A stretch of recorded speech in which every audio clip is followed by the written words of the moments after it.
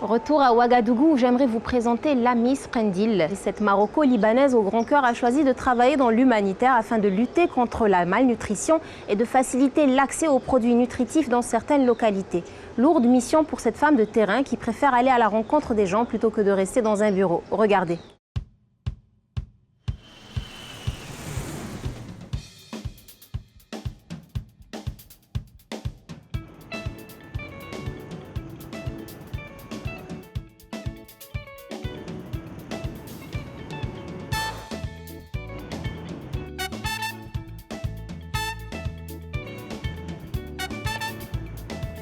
Lutter contre la malnutrition et aider les populations à accéder à de meilleurs produits, voilà le défi que s'est lancé Lamis Prendil.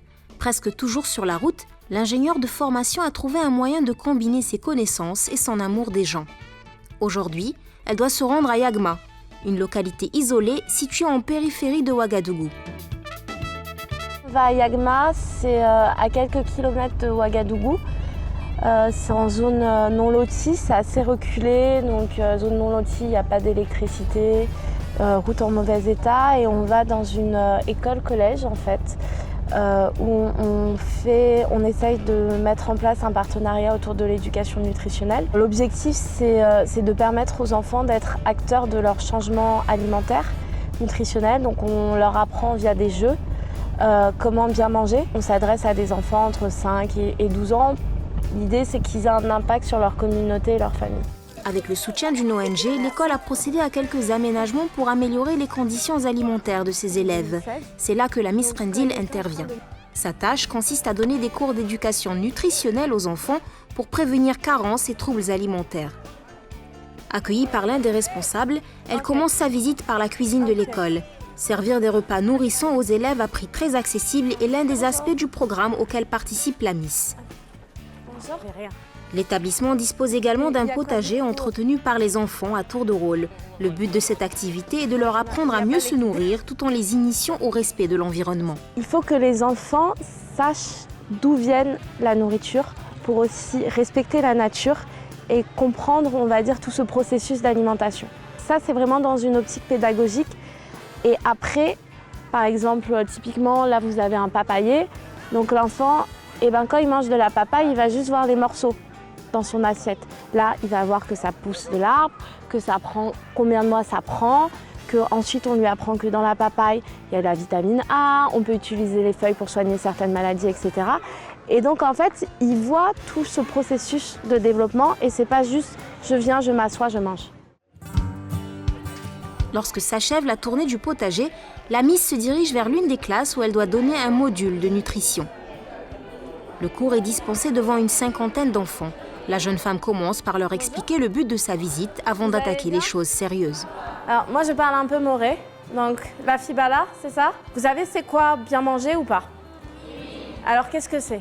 Je veux qu'une personne m'explique ça veut dire quoi bien manger. Après les notions sur l'équilibre alimentaire, place à l'éducation sanitaire. Le public de Lamis l'écoute avec intérêt et lorsqu'elle conclut son module par quelques phrases en moré, le dialecte local, l'assistance est conquise. Qui a dit oui? Vas-y, dis-moi pourquoi. C'est celle-là? Ah, c'est pas bien de délater, hein? Hey, je veux cuisiner le benga et tu vas arrêter de rire. Donc voilà. Et il n'y a pas que ça, on a aussi besoin d'eau gras. Donc il faut manger un peu d'eau gras. Il ne faut pas trop en manger là, sinon on va être... C'est l'heure de déjeuner. Les écoliers forment un rond pour recevoir la ration du midi. Un plat à base de riz, de légumes et de niébé, une variété de haricots riches en protéines. Une grosse partie des coûts est subventionnée par l'ONG avec laquelle Lamis collabore. Ces missions de terrain sont très appréciées de la jeune femme qui peut constater les résultats très rapidement.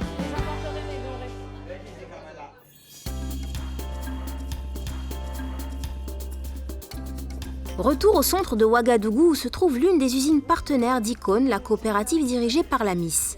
Ici, on fabrique des farines enrichies qui permettent de lutter contre les déficiences alimentaires chez les bébés.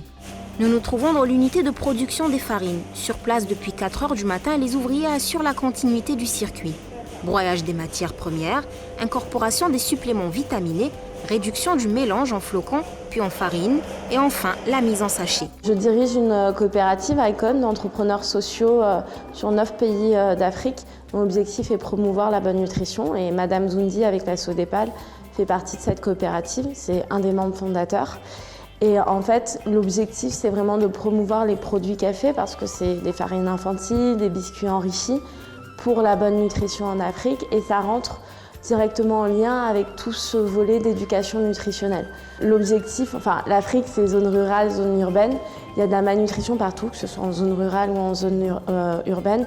Mais malheureusement, en zone rurale, c'est très compliqué d'avoir des produits de qualité disponibles.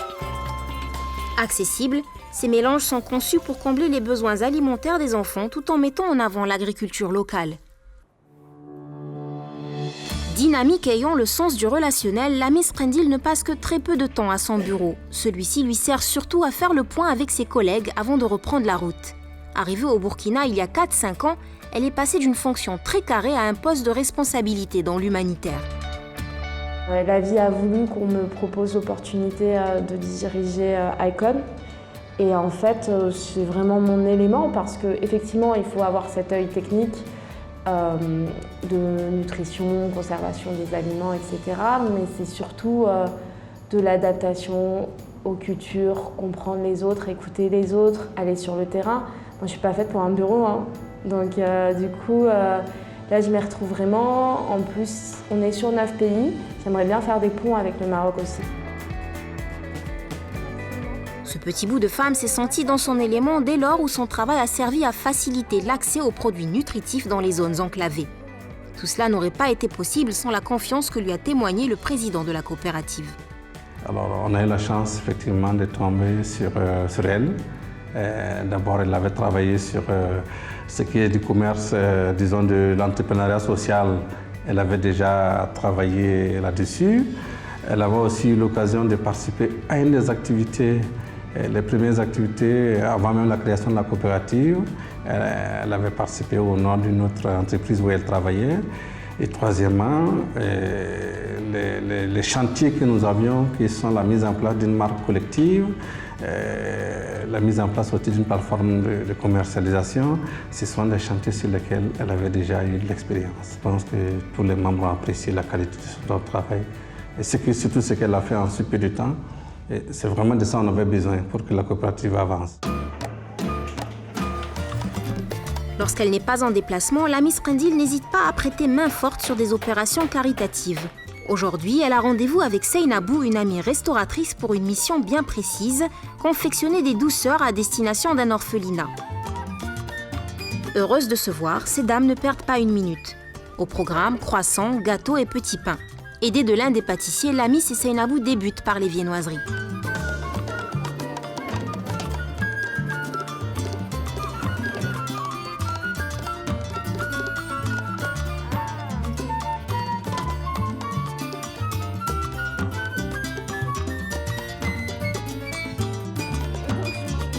Vient ensuite le nappage des gâteaux. Moins rodée à la pâtisserie que son amie, la Miss essaie d'étaler sa couche de crème sans déraper. Tu verras, tu me diras. À tout moment.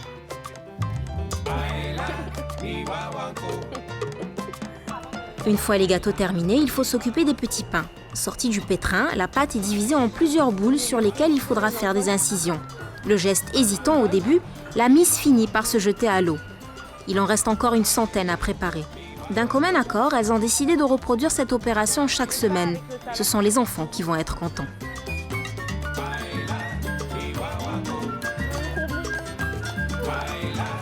La fournée mise à cuire, la Miss et Seynabou montent à l'étage pour un brin de causette. Elles peuvent enfin se reposer, fières de leur initiative.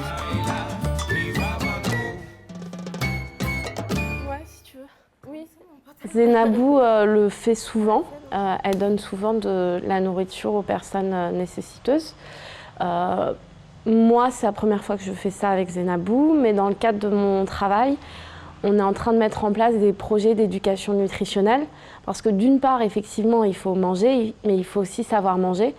Donc je pense qu'ensuite, à voir comment on peut faire, mais on peut essayer de faire un projet ensemble sur ce côté manger et bien manger et permettre aux jeunes enfants et aux moins jeunes d'acquérir aussi, que ce soit de la nourriture, que la connaissance sur comment bien se nourrir. Et je pense que c'est important que ma génération, femme, en Afrique, qui a eu la chance de faire des études, puisse aussi apporter de la manière qu'on peut le faire, une aide au développement. C'est quelqu'un qui est très carré dans sa tête, qui est très ordonné, qui est très appliqué et qui aime son prochain. Je dirais, ce qui m'a marqué chez toi, c'est vraiment le désir du bien d'autrui gratuit. Elle m'a dit parfois, non, il faut que tu fasses ça, il faut que tu fasses ça, mais il faut que tu le fasses pour toi. Il n'y a pas beaucoup de gens qui sont comme ça.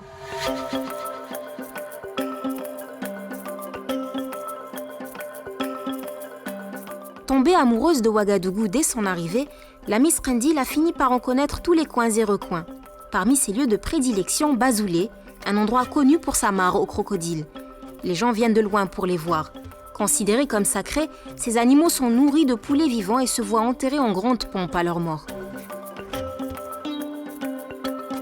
Selon une légende ancienne, ces crocodiles sont sacrés parce qu'à l'époque, dans ce village, il n'y avait pas d'eau. Ils devaient faire des dizaines de kilomètres pour chercher de l'eau. Et puis un jour, les crocodiles sont venus dans le village et les anciens se sont dit, s'il y a des crocodiles, il y a forcément de l'eau pas très loin. Donc ils ont suivi les crocodiles. Déjà, ils étaient étonnés parce que les crocodiles, ils mangeaient personne dans le village. Ils ont suivi les crocodiles et ils sont tombés sur cette grande mare. L'eau n'en finissait plus. Et depuis, en fait, ces crocodiles sont considérés comme sacrés parce qu'ils ont apporté la paix sociale dans le village. On célèbre des fêtes en leur honneur et quand ils meurent, on les enterre. Donc ils font partie de la vie du village. Le guide s'approche du plus vieux résident de la mare. Âgé de 80 ans, celui que l'on surnomme Monsieur est le plus passif du groupe. Courageuse, la Miss avance et tente la fameuse photo accroupie sur le dos de l'animal. Monsieur est d'humeur à prendre la pose et espère être récompensé d'un poulet pour sa patience. Pas de chance, c'est une femelle qui remporte la mise à quelques mètres de là. Honneur aux dames, on va dire.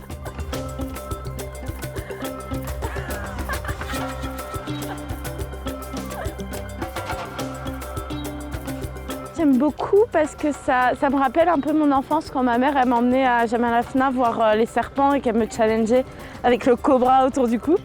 Et je trouve que c'est un peu représentatif du Burkina, c'est sacré. Et au niveau touristique, je pense qu'on ne peut pas aller au Burkina sans venir là. Comme elle l'a si bien expliqué, ici, humains et crocodiles vivent en paix et partagent l'espace. Une bizarrerie de la nature où les habitants de Bazoulé veulent voir le symbole d'une origine unique.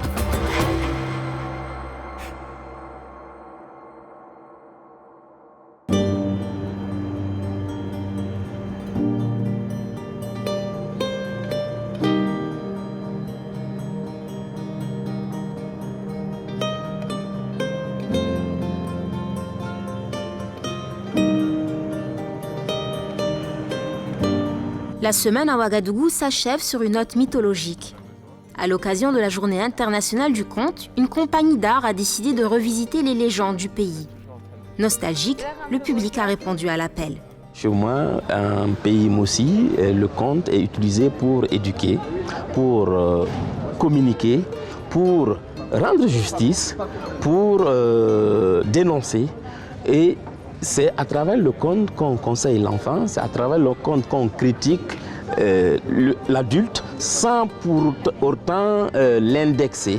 Lui seul sait que c'est de lui qu'on parle, mais les autres ne savent pas. Et ça permet d'atténuer, de ne pas mettre la honte à la personne qui est indexée et en même temps de donner solution ou de prévenir ceux qui ont l'intention de faire comme lui. Et c'est carrément une école ancestrale qui est pratiquée depuis la nuit des temps en pays Moussi et en Afrique et partout ailleurs. Donc c'est la chèvre et les chèvres qui répondent en le cœur.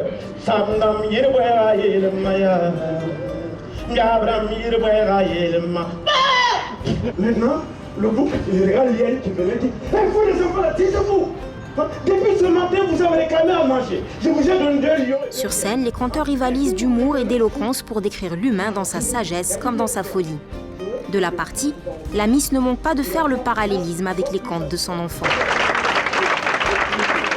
J'ai pas tout compris, faut être honnête, mais c'était assez sympa. J'ai surtout aimé le monsieur, le grand monsieur et tout. Et en fait, ça me rappelait, j'étais au Mali il y a 10 ans. Et on était au village, en fait, donc il n'y avait pas d'électricité, pas de télé, rien du tout. Ouais, hello. Et en fait, chaque soir, on se mettait sous l'arbre à palabres et les vieux nous racontaient des contes.